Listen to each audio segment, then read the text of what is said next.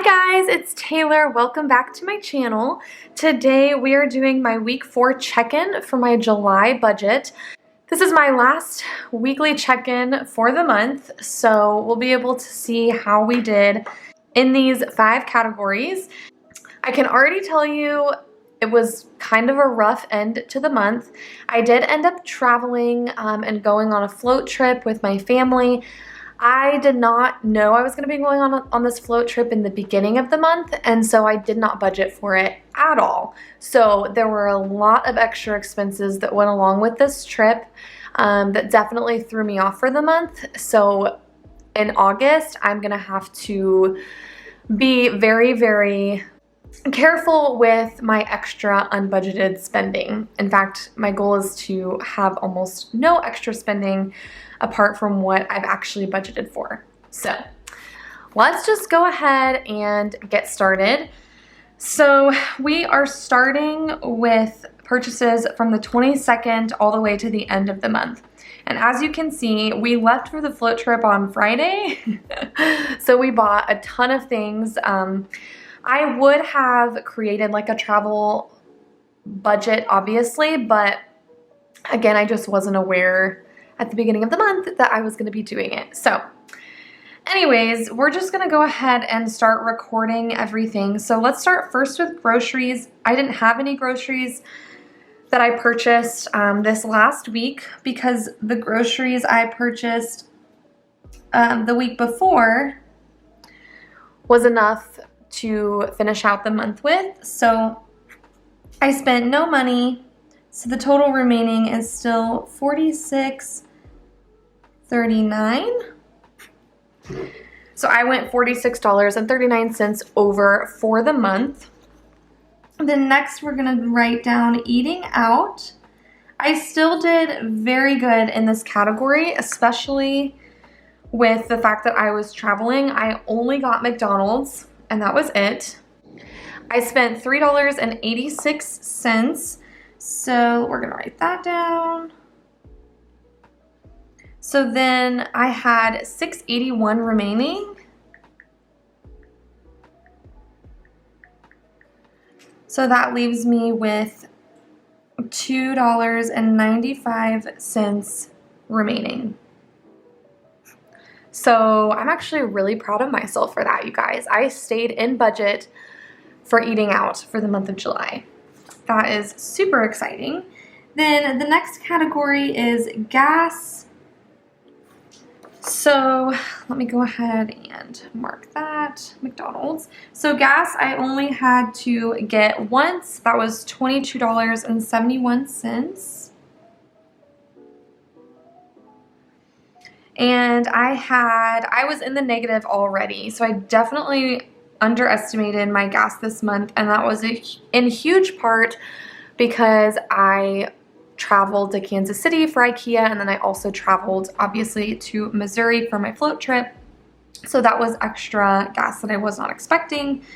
So if we subtract the $22.71, that puts me $36.52 over. So that wasn't the best, but that's okay. Again, gas is one of those things that it's kind of hard, you know, to stay under on if you don't really have much control over your travel. So personal care, I didn't have anything, so that's good. We can scratch that out and we will just leave there. Then next was unbudgeted. This is where I really struggled. So there was just a lot of unexpected spending. And not all of it has to do with travel either, as you're gonna see. So the first thing was an Erin Condren purchase. The only reason I got on the website to order was because I had like $100 gift card that I needed to use on top of like a 20% off coupon. I just didn't want those to go to waste. So I did put in an order, and it was only $46.61 that I spent, but still that is extra money that I wasn't planning on spending. And then I also spent $53 on Taylor Swift's new Folklore album. I bought the digital CD and the vinyl. Totally unnecessary, but you guys, I'm a huge Taylor Swift fan, so I definitely like fell into the trap and like right away was like, I need it. So I purchased that, which was not good. And then I also ordered my August monthly kit from Luchure's Papery on Etsy, which was also just something that I forgot to order previously when I ordered my August kits. And then down here are all purchases that had to do with the float trip, buying groceries and drinks, and I needed to buy a cooler and just some different things that I needed for the trip. So I'm gonna go ahead and add the rest of these in.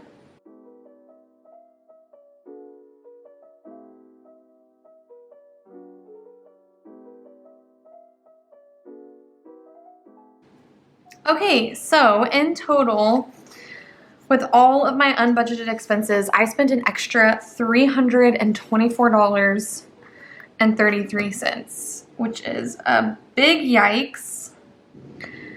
So that really stinks, but you know, life happens sometimes, and I'm being 100% transparent with you guys. And you know, taking an extra trip, getting that time with family, that was worth it to me.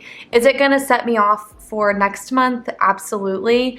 Am I gonna have to make sure that I am a little tighter with my budget next month? Absolutely. But it happens. It definitely happens, and this was just not a very good month for me. So that means for total remaining, we have, I was at negative $210.36 minus $324.33. So that put me at negative 113. Oops, I did that wrong. Sorry, I need to grab my whiteout.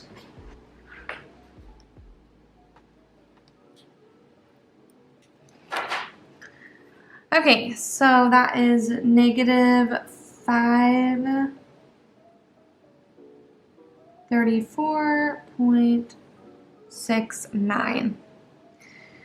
Woo, that is rough. Super, super rough. But you know what? It is what it is. Next month will be a new month, so we'll see what it ends up looking like with my total budget. So I'm gonna go ahead and mark all of these off so I know that I recorded them. And that is it for my week 4 check-in. I didn't have any extra, yes I did. I had to buy a small gift for my sister for her birthday, but other than that, I didn't have really any other transactions in my sinking funds, which is good. So yeah, that is it for this week 4 check-in.